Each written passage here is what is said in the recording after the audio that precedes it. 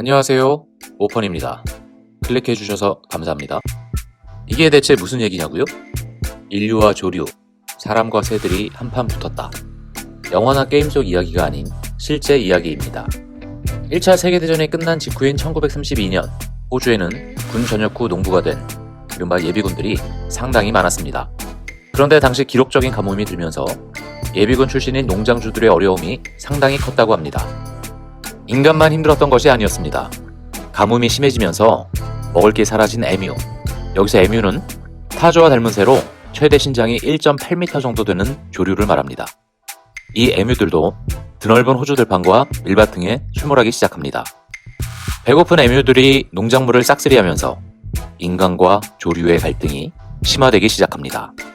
당시 기록에 의하면 에뮤 무리는 최대 1만 마리까지 모여서 단체 생활을 했다고 하는데 타조 1만 마리와 빗대 상상을 해보시면 얼마나 무시무시한지 알 수 있습니다.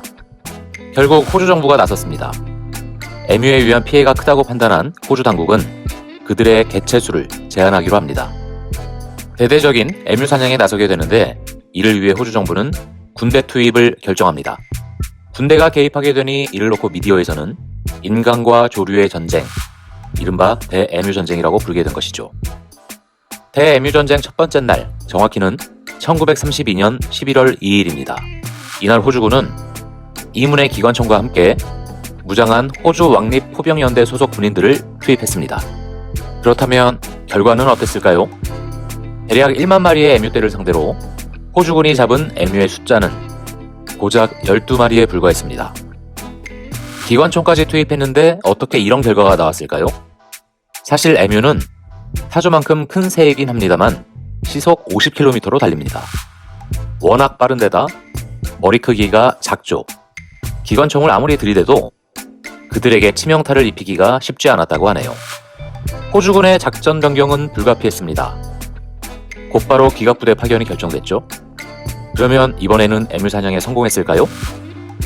결과는 다르지 않았습니다. 약 열흘 동안 진행된 에뮤 전쟁에서 목숨을 잃은 에뮤는 400마리 정도에 불과했다고 하네요. 게다가 이 와중에 정신 나간 에뮤 한 마리가 기갑부대 트럭으로 돌진해 머리로 트럭 유리창을 깨부수는 일까지 벌어졌다고 하는데요. 트럭에 타고 있던 군인들이 깜짝 놀랐음은 물론 이 사건이 알려지자 호주군은 전의를 잃기 시작했다고 합니다.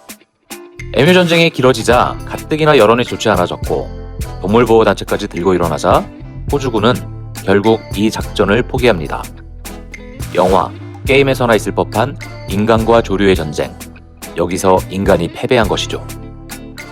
자, 과연 이걸 패배라고 할 수 있겠느냐 반문할 수는 있겠지만 패배가 맞습니다. 이후 호주의 농장주들은 농장을 포기하는 일이 빈번해졌고 호주의 들판은 에뮤의 차지가 됩니다. 에뮤는 그 농작물을 발판 삼아서 개체수를 크게 늘렸다고 합니다.